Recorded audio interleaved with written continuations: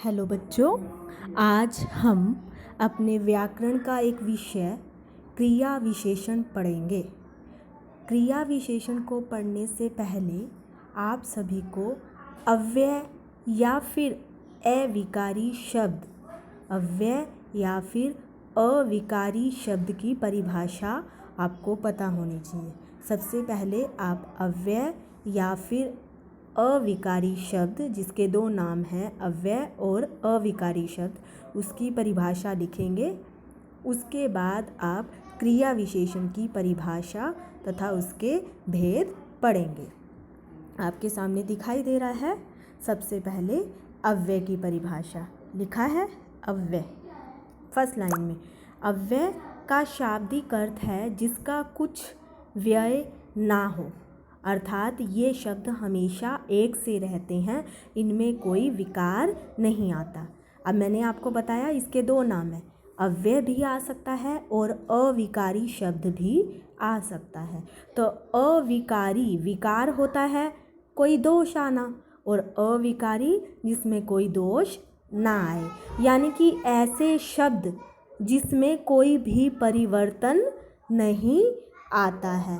देखिए आगे लिखा है, जिन शब्दों पर लिंग, वचन, पुरुष, काल आदि व्याकरणिक त्रुटियों या कोटियों का कोई प्रभाव नहीं पड़ता, उसे क्या कहते हैं? अव्यय या फिर अविकारी शब्द बोला जाता है। यहाँ से शुरू करके आपने यहाँ तक लिखना, ठीक है। अव्यय की परिभाषा अब ध्यान से समझिए। अव्यय किसे कहते हैं? मान लीजिए आपका उदाहरण क्या है, राम स्कूल जाता है, या फिर आप लिखेंगे राम धीरे धीरे चलता है, ठीक है। राम धीरे चलता है, तो आपने राम की जगह क्या लगा दिया? सीता। सीता धीरे चलती है, तो धीरे शब्द में कोई भी चेंज नहीं आया, कोई भी विकार नहीं उत्पन्न हुआ। तो ऐसे शब्द जब हम उसमें क्या करें, लिंग को, वचन को, पुरुष को, काल को आदि को चेंज कर दें, फिर भी उसमें कोई चेंज ना आए, ऐसे शब्दों को क्या कहते हैं? अविकारी या अव्यय शब्द। यानी कि अविकारी या अव्यय शब्द वो होते हैं जिसमें लिंग को चेंज कर दिया जाए, या वचन को चेंज कर दिया जाए, या पुरुष को चेंज कर दिया जाए, या काल को चेंज कर दिया जाए, उसमें कोई भी परिवर्तन नहीं आता।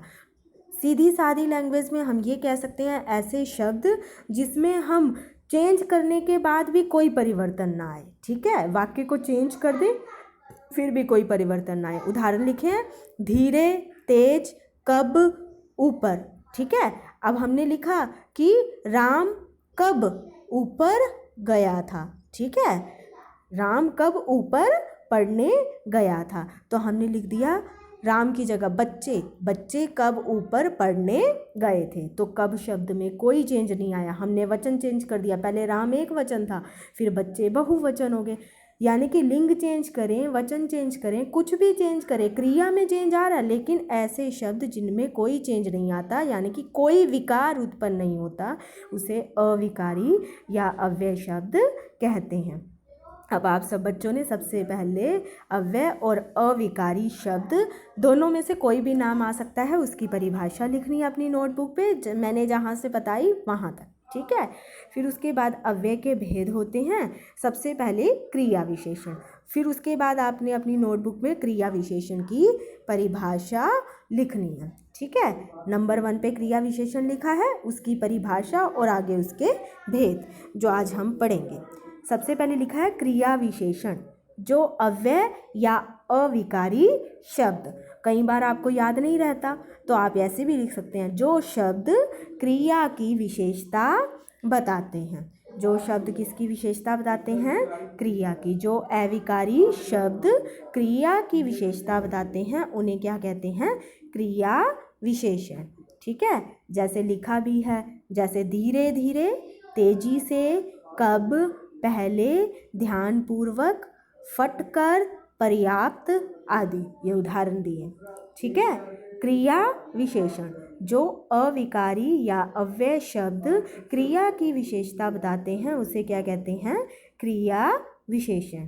क्रिया विशेषण के कितने भेद होते हैं? नीचे लिखा है ना बेटा, कितने भेद? 4 भेद। ठीक है, कौन सा? रीतिवाचक, स्थानवाचक, कालवाचक, परिमाणवाचक। नंबर 1 लिखा है रीतिवाचक। रीति होता है कि किस प्रकार हम कार्य कर रहे हैं, उसकी रीति क्या है, क्रिया की रीति या विधि क्या है।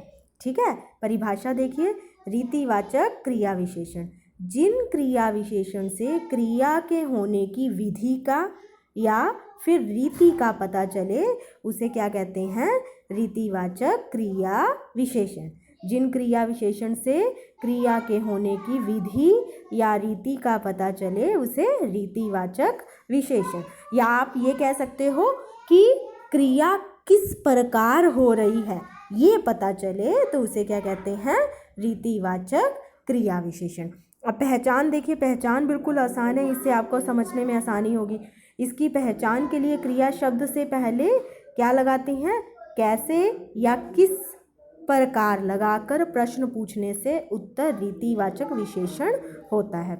यानी कि आपके पास कोई भी वाक्य दिया हो, आपको नहीं पता चल रहा उसमें कौन सा क्रिया विशेषण है, तो आप क्या करोगे? उस वाक्य में कैसे या किस प्रकार लगाकर प्रश्न पूछोगे। अगर उत्तर मिल रहा है, जो उत्तर मिल रहा है वही क्या है?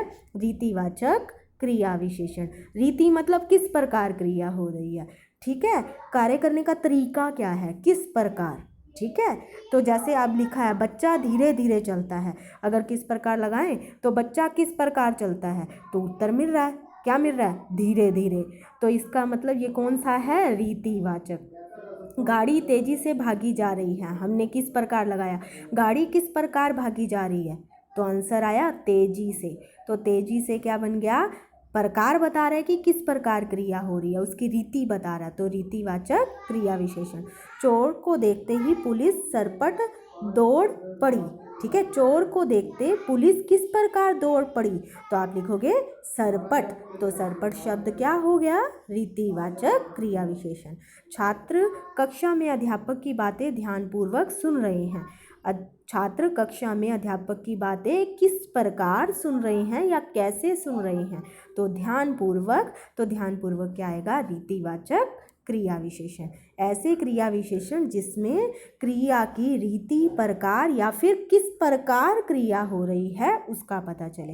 पहचानने का तरीका कि जो वाक्य दिया है उसमें किस प्रकार या कैसे लगा के देखो, जो आंसर मिलेगा तो इसका मतलब वो रीतिवाचक क्रिया विशेषण होगा। ठीक है, नंबर 2 है हमारे पास स्थानवाचक क्रिया विशेषण। अब स्थान से पता चल रहा है जो क्रिया विशेषण क्रिया के घटित होने का क्या बताए? स्थान बताए, तो उसे क्या कहते हैं? स्थानवाचक क्रिया विशेषण। अब पहचान के लिए पहले वाक्य के आगे कैसे या किस प्रकार लगाया था ना वाक्य में, तो स्थान को क्या लिखते हैं? कहाँ। हमें यही पूछना हो किस स्थान पर हो रहा है तो हम पूछते हैं ना कहाँ हो रहा है, तो इसके लिए वाक्य में क्या लगाना पड़ेगा? कहाँ लगाना पड़ेगा। जो उत्तर मिलेगा वही स्थानवाचक क्रिया विशेषण होगा। जैसे मधुकर इधर बैठो, तो हम क्या बोलेंगे? कहाँ लगाएंगे? मधुकर कहाँ बैठो, तो आंसर क्या मिल रहा है? इधर। तो इधर क्या बन गया? स्थानवाचक। तो स्थान को बता रहा है कि कहाँ बैठो। भीतर बहुत गर्मी है, कहाँ बहुत गर्मी है? भीतर। तो स्थान को बता रहा है तो भीतर भी क्या आ गया? स्थानवाचक क्रिया विशेषण। यहाँ आसपास कितना बड़ा पार्क नहीं है, यहाँ आसपास इतना बड़ा, यहाँ कहाँ पर इतना बड़ा पार्क नहीं है, तो आसपास। बच्चे कक्षा छोड़कर इधर उधर नहीं घूमते, अच्छे बच्चे कक्षा छोड़कर इधर उधर नहीं घूमते, तो इधर उधर किसको बता रहा है? स्थान को बता रहा है। अब यहाँ क्या आ सकता है? स्थान की जगह कुछ और नीचे उदाहरण दिए हैं, यहाँ, वहाँ, नीचे, ऊपर, अंदर, कहाँ, जहाँ। बस आपको जिस शब्द को, जिस क्रिया विशेषण को पढ़कर पता चले कि यह स्थान के बारे में सूचित कर रहा है, तो आपको क्या लगा देना है कि वो स्थानवाचक क्रिया विशेषण होता है। नंबर 3 कौन सा है? कालवाचक क्रिया विशेषण। काल का अर्थ क्या होता है? काल मीन्स समय। तो जो क्रिया विशेषण क्रिया के घटित होने के समय का पता चले। ठीक है, जिस क्रिया विशेषण से पता चले कि क्रिया कब हो रही है। समय के लिए हम क्या लगाते हैं? कब। यानी कि इसकी पहचान क्या बन जाएगी? इसकी पहचान के लिए क्रिया शब्द से पहले क्या लगाना है? कब लगाकर प्रश्न पूछना है। आप कल आगरा जाएंगे, तो आप कब आगरा जाएंगे, तो उसका आंसर क्या आएगा? कल। तो समय के बारे में बता रहा है। सुमन तुम कब मत जाओ, तो कब मतलब अभी मत जाओ, तो समय के बारे में बता रहा है। हमें कब ईमानदार बने रहना चाहिए, कब मतलब सदा ईमानदार बने रहना चाहिए, तो समय के बारे में बता रहा है। सुप्रिया कब स्कूल जाती है, कब की जगह क्या आ गया? प्रतिदिन, तो इसका मतलब ये क्या बता रहा है? समय को बता रहा है। ऐसे क्रिया विशेषण शब्द जो समय की सूचना दें उसे क्या कहते हैं? कालवाचक। ऐसे क्रिया विशेषण शब्द जो स्थान की सूचना दें तो स्थानवाचक। ऐसे क्रिया विशेषण शब्द जो रीति यानी कि क्रिया किस प्रकार हो रही है, रीति की क्रिया किस प्रकार कैसे हो रही है उसके बारे में बताएं तो रीतिवाचक क्रिया विशेषण। अब नंबर 4 देखिए, परिमाणवाचक क्रिया विशेषण। परिमाणवाचक क्रिया विशेषण मतलब कि ऐसे क्रिया विशेषण जो क्रिया के परिमाण यानी कि मात्रा को, माप तोल को बताए। ठीक है, मात्रा परिमाण होता है, परिमाण को यानी कि मात्रा के बारे में, क्वांटिटी के बारे में बताए। ठीक है, पहचान करवाए। तो क्वांटिटी अगर मात्रा के बारे में पूछना है तो हम यही पूछेंगे ना, कितना दूध, मात्रा तो यही होती है ना। तो कितना या कितनी शब्द लगाकर, क्रिया शब्द से पहले लगाकर प्रश्न पूछे, जो उत्तर मिलता है वो परिमाणवाचक क्रिया विशेषण। उससे बिछड़कर मैं बहुत दुखी हूँ, उससे बिछड़कर मैं कितना दुखी हूँ यानी कि बहुत दुखी हूँ। तो कितना या कितनी, कितना या फिर कितनी, दोनों का उत्तर मिलना चाहिए या फिर एक का उत्तर मिल जाए। ठीक है, तो इस साल कम वर्षा हुई, इस साल कितनी वर्षा हुई, मात्रा को बता रहा है, तो यानी कि परिमाणवाचक। बंगाल में चावल अधिक खाया जाता है, मात्रा कम या अधिक, है ना, तो इसका मतलब परिमाणवाचक। कमजोरी के कारण मरीज थोड़ी दूर ही चल पड़ा, थोड़ी दूर या अधिक दूर, वो भी तो मात्रा को बता रहा है।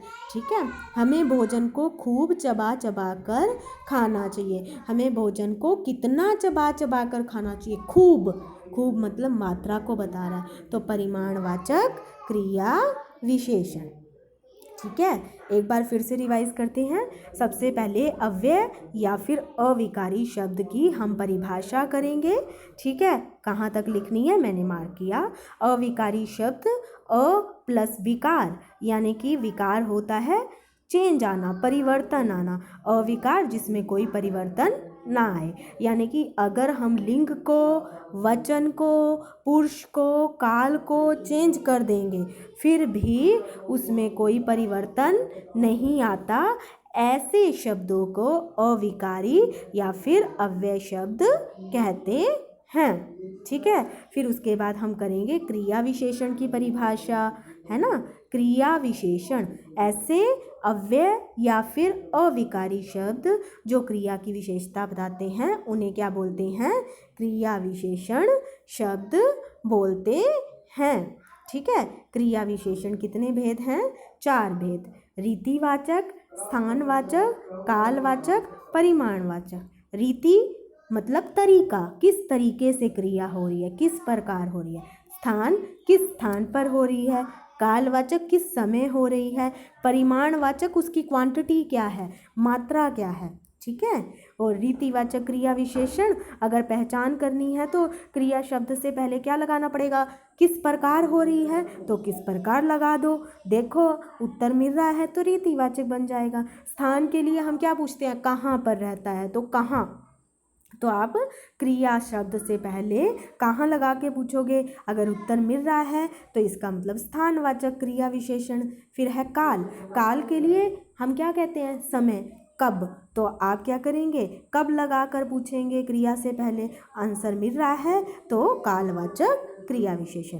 परिमाण के लिए मात्रा बतानी है, मात्रा में क्या पूछते हैं, कितना, कितनी, तो कितना कितनी शब्द लगा के पूछो, ठीक है। वैसे भी पढ़ने से आपको पता चल जाएगा। रीतिवाचक क्रिया विशेषण किस प्रकार क्रिया हो रही है ये पता चले। स्थानवाचक अगर स्थान के बारे में बताए कि कहाँ पर हो रही है। कालवाचक किस समय हो रही है इसकी सूचना देता है। परिमाणवाचक कितनी परिमाण यानी कि उसकी मात्रा की सूचना देता है, तो परिमाणवाचक क्रिया विशेषण होता है। अब आप सब बच्चे इसे ध्यान से पढ़ेंगे, अपने मित्रों के साथ शेयर करें।